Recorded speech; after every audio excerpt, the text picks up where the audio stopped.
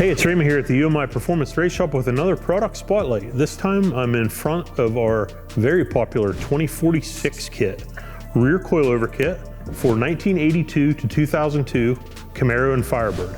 So it fits stock axle, both third and fourth gen Camaro and Firebird.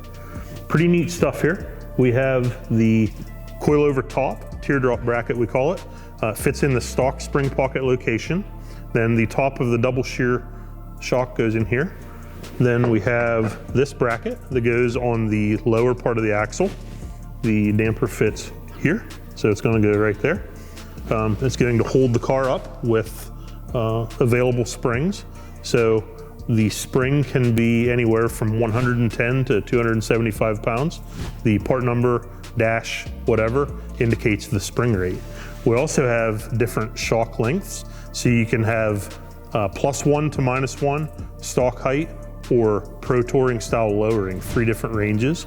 So you can have the car sitting how you want it. It's going to perform awesome, especially with the Viking shocks with 19 positions of compression and 19 positions of rebound damping. Comes with all of the necessary hardware, coilover adapters. Essentially, you're good to go with the 2046 kit.